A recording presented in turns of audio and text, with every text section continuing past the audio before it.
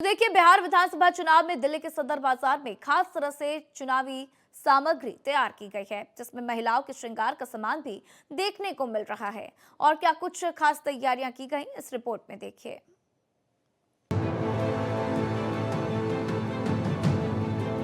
बिहार चुनाव को लेकर दिल्ली का सदर बाजार भी पूरी तरह से सज चुका है।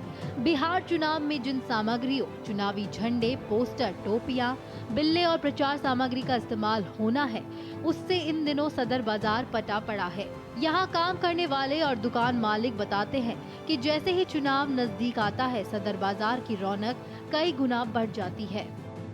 बिहार विधानसभा चुनाव की तैयारी जोरों शोरों से कर रहे हैं। ऐसे में सदर बाजार भी पीछे नहीं है। दिल्ली का सदर बाजार जो कि सबसे बड़ा बाजार है, लेकिन आपको बता दें कि वो भी अब नेताओं का टेम्पो हाई करते हुए बड़ी भूमिका निभा रहा है। इस समय सदर बाजार की सबसे व्यस्त दुकानें वही है जो चुनावी सामग्रियों का कारोबार करती है।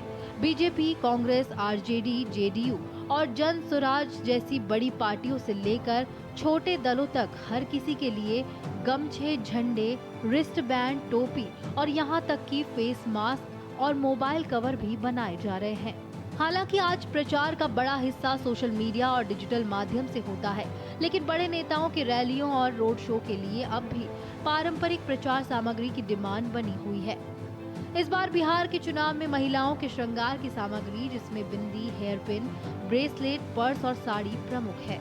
ये हमारे पास वो बिहार से सब आते हैं, बेचने वाले सारे इधर कांटेक्ट करते हैं, इधर से ऑर्डर ले जाके पैक करा के वहीं सेल करते हैं। सारी पार्टियों के हमारे दुकान को 40 साल पुरानी है। मेरे को 15-1 साल हो गए मेरे को दुकान पे नापे। देश के किसी भी हिस्से में होने वाले चुनाव में अपनी बड़ी भूमिका निभाने वाला सदर बाजार में एक बार फिर रौनक देखने को मिल रही है। परमजीत सिंह ने बताया कि बिहार विधानसभा चुनाव के दौरान बाजार लगभग 200 करोड़ का कारोबार कर लेगा।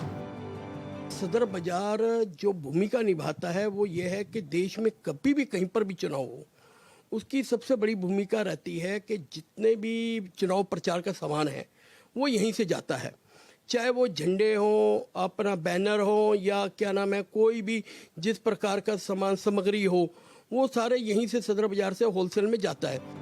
बिहार चुनाव में पहली बार AI और 3D तकनीक का इस्तेमाल देखने को मिल रहा है। लोगों को आकर्षित करने के लिए चुनावी सामग्री में काफी बदलाव भी नजर आ रहा है। बस कुछ ही दिन बचा है और 14 तारीख को पता चल जाएगा कि किसके गले में किसके पार्टी का गमछा पड़ेगा और किसका परचम लहराया जाएगा, किसका झंडा बुलंद होगा। कैमरामैन विवेक के साथ तनु चौधरी, दिल्ली।